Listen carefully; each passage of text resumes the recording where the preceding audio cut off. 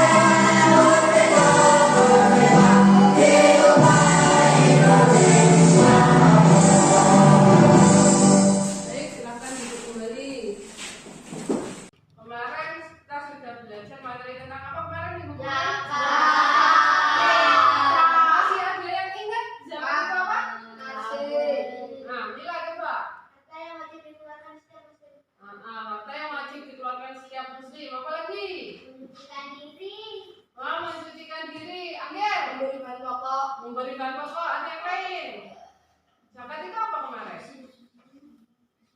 Zakat itu artinya tumbuh, berkembang, dan suci. Kemarin zakat ada berapa macam? 3. Tiga apa 2? 2. Apa aja kemarin? Zakat. Kemarin dilaksanakan pas kapan? Menjelang Idul Fitri. Berapa berasnya? 25 kilogram. Baik, kalau sekarang materinya adalah golongan penerima zakat atau mustahik. Apa mustahik? Enggak tahu. Belum tahu mustahik itu apa? Kalau bayangan kalian, orang yang berhak menerima zakat itu orang apa aja? Coba, orang-orang apa aja yang berhak menerima zakat? Oh, orang ini udah pernah lihat orang memberikan zakat? Sudah. Nah, orang yang berhak menerima zakat itu orang yang seperti apa itu? Fakir miskin. Fakir miskin. Ada yang lain? Gharim. Apa lagi? Mu'alaf. Apa lagi?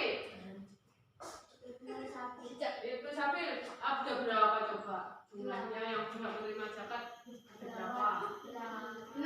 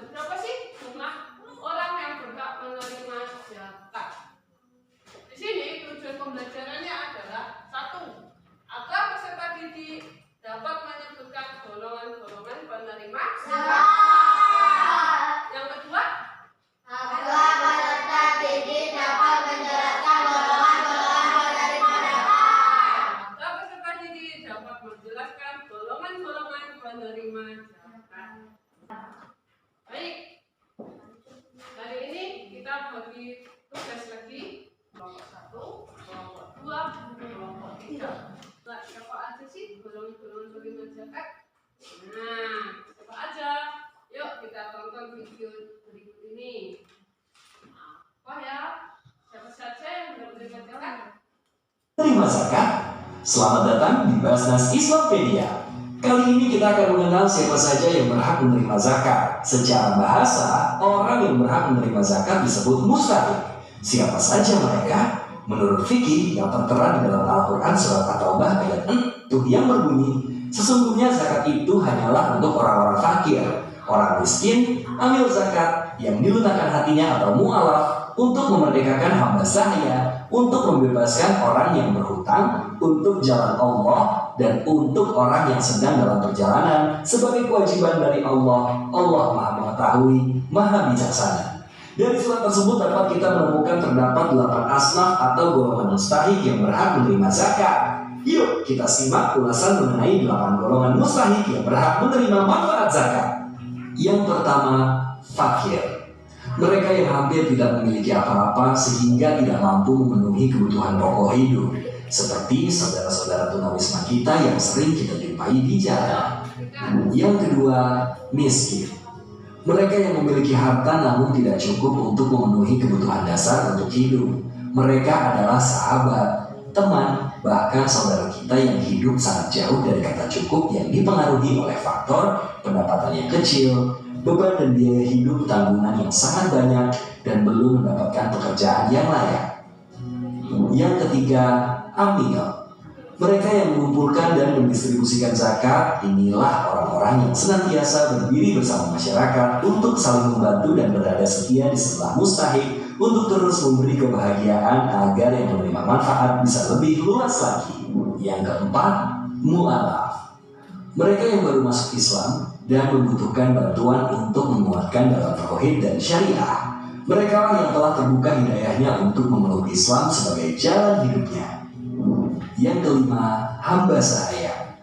Budak yang ingin memerdekakan dirinya. Di era modern sudah sulit untuk ditemui. Meski begitu, hal ini bisa menjadi pelajaran untuk kita bahwa melalui zakat kita telah ikut memerangi sistem perbudakan. Yang keenam, gharim. Mereka yang berhutang untuk kebutuhan hidup dalam mempertahankan jiwa dan izahnya. Mereka adalah orang-orang yang memiliki hutang dan memang hanya dengan berhutanglah untuk dapat menyambung hidupnya. Yang ketujuh, fisabilillah. Fisabilillah adalah mereka yang berjuang di jalan Allah dalam bentuk kegiatan dakwah, jihad, dan sebagainya. Orang-orang inilah yang terus menebarkan kebaikan di jalan Allah tanpa pamrih. Yang kedelapan, Ibnu Sabil. Mereka yang kehabisan biaya di perjalanan dalam ketaatan kepada Allah. Berbeda dengan fisabilillah, Ibnu Sabil adalah orang yang berstatus orang asing dan sedang dalam perjalanan di negeri orang yang tidak memiliki biaya untuk kembali ke tanah airnya.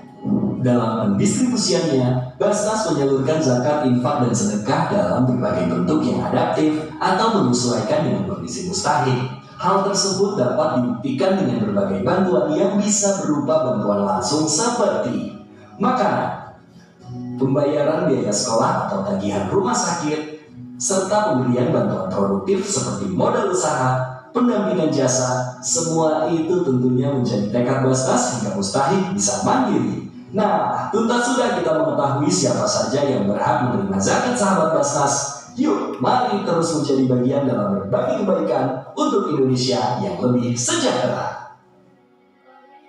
Tapi ya, orang-orang yang berhak menerima zakat. Ada berapa golongan tadi? Yang jawab 5, 4, berarti sah. Itu terdapat di surat At-Taubah ayat 60. Tadi ada berapa golongan tadi?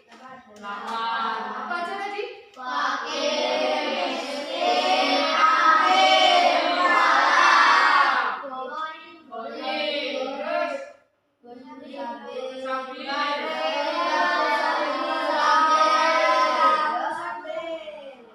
Ada 8 golongan ya. Itu tadi 8 golongan penerima zakat. Paham? Paham? Ada yang mau ditanyakan? Ada yang mau ditanyakan sampai sini? Ada yang mau ditanyakan? Ada, Pak.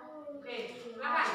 Apa perbedaan fakir dan miskin? Oke, pertanyaannya adalah apa perbedaan fakir dan miskin? Ada yang bisa bantu Pak Oki untuk menjawabnya? Silakan.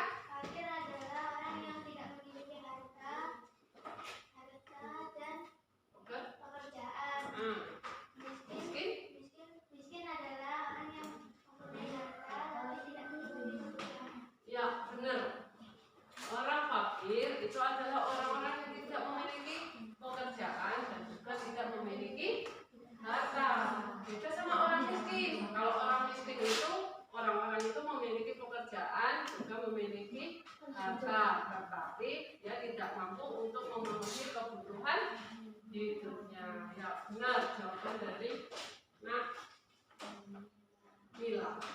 Ada lagi yang mau tanya? Ada Pak. Oke. Kenapa anak yatim tidak masuk zakat?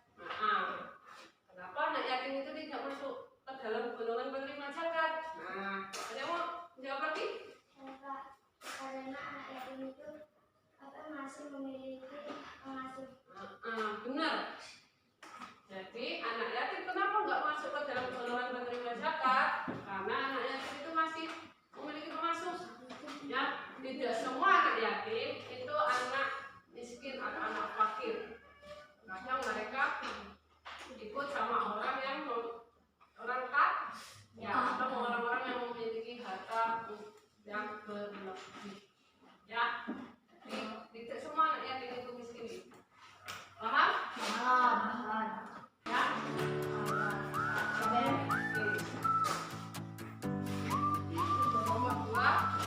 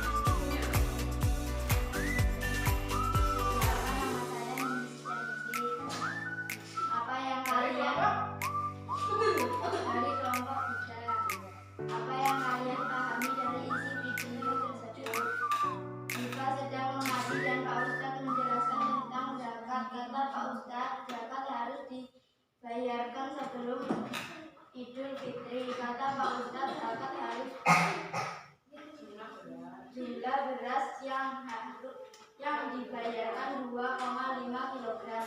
Lalu Diva mengingatkan ibunya untuk membayar zakat. Kemudian Diva dan ibunya menakar beras zakat dan mengantar ke musola, menyerahkan beras ke panitia zakat untuk diberikan ke penerima zakat. Tadi apa? 8 kesimpulannya adalah ada 8 golongan penerima zakat. Tadi apa sih yang pertama? Fakir, miskin, amin, rika, farin,